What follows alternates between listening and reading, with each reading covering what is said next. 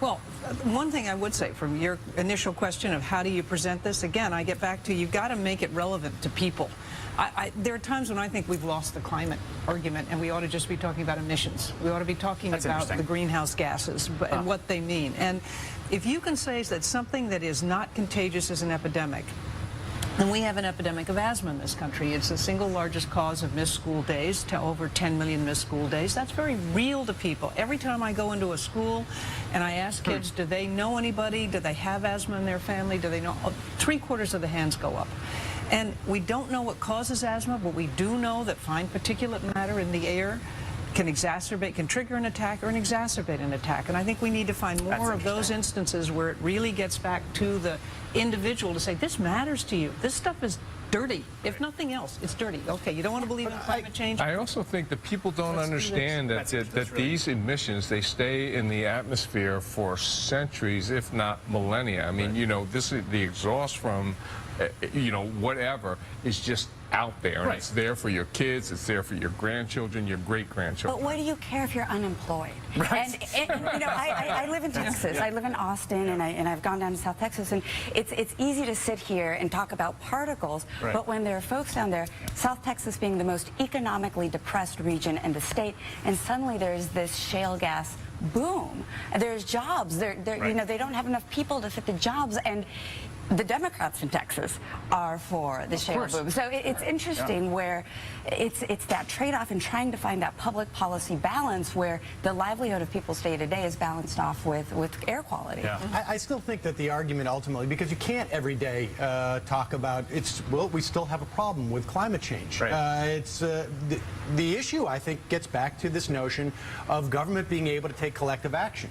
I mean, we can talk about it being entrepreneurial and we can talk about it being relevant to individuals, but every time you try and make it relevant to individuals, they look outside their window and they see it's snowing. Global climate change is not a problem anymore. So I think there's a more fundamental argument that needs to be waged by the Democrats or the liberals in this country that government and society can band together to do things. I mean, I think to look back on things like essentially repairing in some respects the ozone layer. I mean, that's just an indicative of what can be done with broader policy. And one of the things that people always talk about is this sulfur dioxide, SO3 actually, I think it is, right? That was causing acid rain, right? We solved the problem. SO2. I mean, it was SO2, right? Sulfur dioxide. It was an amazing accomplishment. I mean, we can do more. We still need to do more. But don't forget the states are acting. I mean, if there's a good news in here, the states really are laboratories of democracy, and they are acting. I happen to believe that the federal government ever would act on something like carbon. The states would say, fine, we'll take that as our base. But right now, they're pushing, and that's actually a way to get things to happen, because what they're doing is creating a patchwork quilt of regulations that makes it very difficult for companies to operate. And I'm feeling optimistic about this. On the people. I am. Look at Pennsylvania and look at Ohio. They're pushing for moratoriums for fracking. They're still not quite there yet, but because they have felt the effects of earthquakes and dirty drinking water. So, you know, yes, they're looking out their window and seeing that it's snowing, but they're feeling the earth move under them. So I do think we're going to see it at a state-by-state level. Paul Douglas, meteorologist and founder of Weather Nation TV. It's so great to have you on. I want you to come back when you return from the space shuttle that you appear to be in.